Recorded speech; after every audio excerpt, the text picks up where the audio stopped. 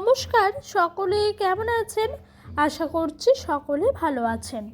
আবারও একটি নতুন দিনের সাথে নতুন একটি ব্লগের সাথে আপনাদের সকলকে স্বাগত জানাচ্ছি। আজকে হলো শনিবার, এখন বাজে ঘড়ির কাঁটায় ঠিক সকাল 8টা মতো। এরই মধ্যে ডোডো আমি সকালে চা মুড়ি খেলাম। তবে ডোডোকে একটা বিস্কুট খাইয়েছি আর চা খাইয়েছি, তার সাথে আমিও কিন্তু চা মুড়ি খেয়ে নিয়েছি। তারপরেই জানেন তো কিছুটা বাসন থাকে, সেই সমস্ত বাসনপত্রগুলোকেই চলে এসেছি এই কলপারে নিয়ে মাজা ধোয়া করতে। কিছুটা বাসন বলতে ওই চায়ের বাসন, তার সাথে থাকে ডোডোর খাওয়ার, আমার খাবারের বাসন। আর এখন ডোডো খুব ভালো করে রিঙ্কির সঙ্গে খেলা করছে। আর আমি এখানে আসলে তো ওর বন্ধু বলতে রিঙ্কি থাকে। ওর সঙ্গে যেহেতু খেলা করছে সেহেতু আমার আর কোনো চিন্তার ব্যাপার নেই, কাজকর্মগুলো এবার টুকটুক করে সেরে নিতে পারবো। চলুন, এইদিকে তো আমার হয়ে গেল বাসনপত্রগুলো মাজা ধোয়া, এবার ঘরের দিকে যাই, রেখে আসবো। তবে আজকে সকালবেলা থেকে আবহাওয়াটা খুবই সুন্দর জানেন, না আছে গরম না আছে ঠান্ডা, মানে দুটোর মাঝামাঝি একটা সময় বলতে পারেন। তবে জানেন তো গাছগুলো দেখেই বোঝা যাচ্ছে কাল রাতে ভীষণভাবে বৃষ্টি হয়েছে, আর সেই বৃষ্টিতেই গাছগুলো একেবারে জ্বলিয়ে উঠেছে। যাই হোক, ওদিক দিয়ে আমি বাসনপত্র মেজে আসলাম, আর এই দিক দিয়ে জানেন ডোডোর জন্য একটু ডাল চাল তার সাথে আলু সিদ্ধ করে ভাত বসালাম। তবে একদম কমই বসিয়েছি, ওই 1 মুঠ মতো। এটা দিয়েই ওকে সকালে খাওয়াবো। তবে একটা টেনশানে আছি, ছেলেটার আমার শরীরটা খুব একটা ভালো নেই, ভীষণইভাবে খারাপ, ক্লান্ত। সেই কারণে জানেন তো শরীরটা যেহেতু খারাপ, রান্নাটা বসিয়েও শান্তি পাচ্ছি না, যে খেয়ে যদি একটু ভালো থাকে তো ভালো। তবে জানেন তো ভাত টাত খাওয়াবো বলেই সমস্ত কিছু রেডি করেছিলাম, ভাতও খাইয়েছিলাম, তারপরেও না উগলে দিয়েছে, আর রাখতে পারেনি পেটে। আর ওই দেখেন রিঙ্কির সঙ্গে খেলা করছি, বাড়ি আসছে রিঙ্কিদের বাড়ি থেকে। তো ওকে আমি বললাম আমাদের ঘরটিতে বসে বসে খেলতে। আর সকালবেলায় মা বাসি নাইটিটি চেঞ্জ করে এখানে জল কাচা করে মেলা ছিল, সেই নাইটিটাকেই একটুখানি আমি উল্টে পাল্টে দিলাম। আর এই দেখেন ডোডো 2-1টা মতো জামা ছিল, এই জামাগুলো যেহেতু পড়ে গেছিলো কালকে আমার দিদির বাড়ি, মানে ডোডোর মিমির বাড়ি, সেই কারণে জামাটাকেও একটুখানি জল কাচা মা করে দিয়েছিল, এখন রোদ্দুরে দিয়েছি। তারপরে জানেন তো ওরা খেলা করছে, তাই ভাবলাম বিছানাটাকেও একটু ভালো করে গুছিয়ে নিই। এই দেখেন এই কম্বলটি আছে, কম্বলটিকে একটু ভাঁজ করে নিচ্ছি। রাতের বেলা খুব একটা শীত করে না, তবে জানেন তো ডোডো না ফ্যান না চালালে থাকতে পারে না। ও বাচ্চা তো, ওর গরমটা একটু বেশি করে, সেই কারণে ওর জন্য একটুখানি ফ্যান চালাতে হয়। তবে মার বয়স হয়েছে, সেই কারণে মা বলেছে ফ্যান যেহেতু চালাবি আমাকে কম্বলটা দিস। তাই জানেন তো বিছানাটা পরিষ্কার করার আগেই কম্বলটাকে ভাঁজ করে রেখে দিলাম। বিছানার পরিস্থিতিটা ঠিক এরকম থাকে, তবে বিছানাটা পরিষ্কার করার পর এরকম লুকটা আসে। জানেন তো বিছানাটি পরিষ্কার করতে না ভীষণ ভাল লাগে। বাপের বাড়ির ছোঁয়া, 5টা বছর হচ্ছে বিয়ে হয়েছে, এখনো হয়নি, চলছে আর কি। তবে জানেন তো যখনই আসি এই বাড়িটার মধ্যে মনে হয় প্রত্যেকটা ইট কাঠ আমাকে বলে বোঝায় তোর এই জায়গাটায় এই স্মৃতিটা ছিল, ওই জায়গাটায় ওই স্মৃতিটা ছিল। জানেন তো যখন শ্বশুরবাড়ি যায় না মনটা ভীষণ কষ্ট হয়, মানে এত কষ্ট হয় কি বলবো, বাপের বাড়ির সেই জড়ানো স্মৃতিগুলো বারবার মনে পড়ে যায়। যখনই চৌকাঠে পা দিই বাপের বাড়ি তখনই মনে হয় আর কোনো দায়িত্ব কর্তব্য নেই, এখন শুধু রিল্যাক্স আর রিল্যাক্স। তবে হ্যাঁ, ছেলেটি রয়েছে, ছেলের কিছু দায়িত্ব পালন তো করতেই হয় আমাদের মায়েদের। ওই দেখেন কুলারের ওপরটাই ছেলের আমার জিনিসগুলো রাখা থাকে।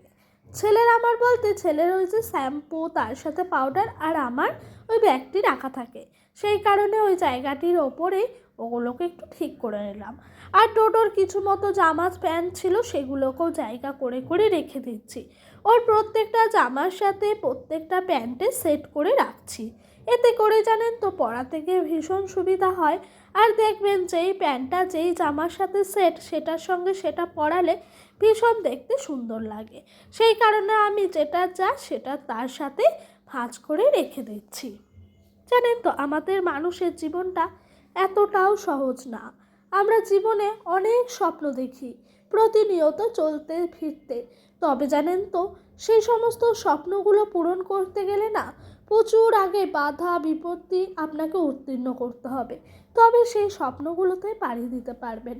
জানেন তো, কিছুদিন আগে বেশ একটা স্বপ্ন দেখেছিলাম, তবে সেই স্বপ্নটাই একটু পাড়িও দিয়ে দিয়েছিলাম। তবে আমাদের এই মধ্যবিত্ত ফ্যামিলিতে সেই টাকাটা অনেকটা মোটা অঙ্কের। তবুও ভেবেছিলাম যেখান থেকেই হোক জোগাড় করব, করে সেই স্বপ্নটা আমি পূরণ করব, কারণ সেই স্বপ্নটা আমার বহু দিনের। তবে জানেন তো, ওই স্বপ্নটা পূরণ করতে গিয়ে এত বাধা আসছে, তখন মনে হচ্ছে আমাদের মতো মধ্যবিত্ত ফ্যামিলির মেয়ে বউ যাই বলেন, মানুষের এরকমভাবে স্বপ্ন দেখা উচিত নয়।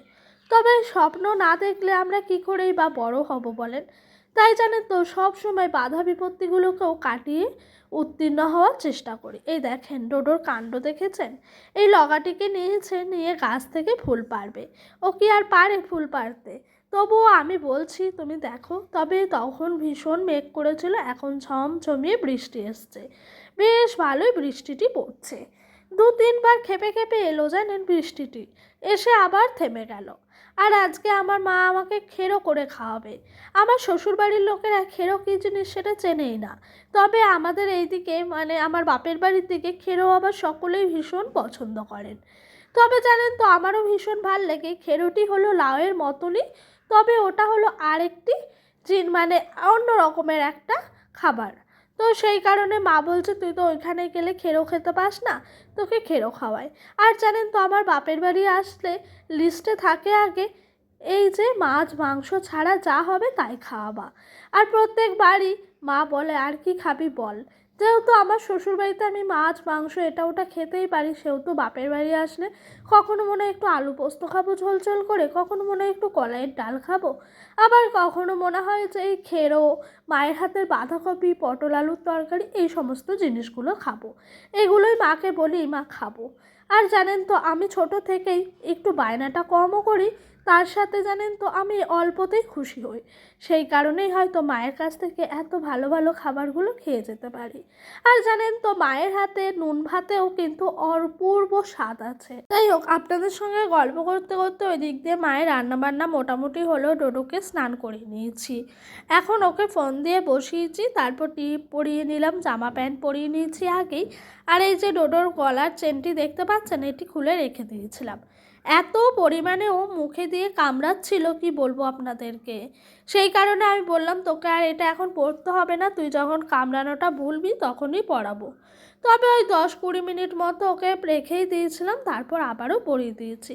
ফোনটিকে ঠিক করে রাখছি আর বাইরে নিয়ে এলাম সবাইকে দেখাতে। এই যে ডোডোর ভীষণভাবে পটি হচ্ছে, সেই কারণে মা একটু পোস্ত বেটে রেখে দিয়েছিল পেঁয়াজ পোস্তর সময়। সেই পোস্তটি মা আবার একটুখানি দিল। আমি পোস্ত বাটা খেতে ভীষণ পছন্দ করি। এদিক দিয়ে ঝিঙে দিয়ে পেঁয়াজ দিয়ে পোস্ত করেছে মা, আর তার সাথে করেছে এখানে রয়েছে খেরোর তরকারিটি মুগের ডাল দিয়ে, এটাও ভীষণ স্বাদ হয়েছিল। তার সাথে ডোডোর জন্য কাঁচা কলা দিয়ে আলু দিয়ে পাতলা ঝোল করা হয়েছে, তার সাথে কটা বড়ি ভেঙে দিয়েছে, এটাও ভীষণ টেস্টি হয়েছিল। প্রত্যেকটা রান্নাই খুব ভালো হয়েছিল। আর ওইদিকে দেখতেই পাচ্ছেন বরবটি আলু ভাজা, ওটা অল্প মতো ছিল বরবটি, মাকে বলছিলাম খাবো না থাক, মা বলছে ফেলে দেবো, পয়সা দিয়ে কিনে এনেছি, একটু রান্নাই করি, তাই আর কি বরবটিটা আলু দিয়ে একটু ভাজা করেছেন। এই রান্নাগুলো এত স্বাদ কি বলবো আপনাদেরকে। দুপুরবেলা বসেই ছিলাম, তারপরে একটু রেস্ট করার পর সন্ধে হয়ে গেল, আর মা বলছে চল তোকে একটু বেগুনি ভেজে খাওয়ায়। মায়ের হাতে এই বেগুনিটিও ভীষণ স্বাদের আমার। তবে জানেন তো, ডোডোর শরীরটা খুব একটা ভালো নেই, তাই হয়তো খাবার দাবারগুলোও সেরকমভাবে মনোযোগ দিয়ে করা হচ্ছে না। মোটামুটি করে হয়েছিল, খুব একটা খারাপ হয়নি। আজকে রাতেই বেগুনি মুড়ি খেয়ে রাত্রিটা শেষ করেছিলাম। চলুন তাহলে আজকের মতো আসি। আপনাদের সঙ্গে দেখা হবে আবারও একটি নতুন দিনের সাথে, নতুন একটি ভ্লগের সাথে। সকলেই ভালো থাকবেন, সুস্থ থাকবেন, নিজেদের শরীরের খেয়াল রাখবেন। আসলাম তাহলে।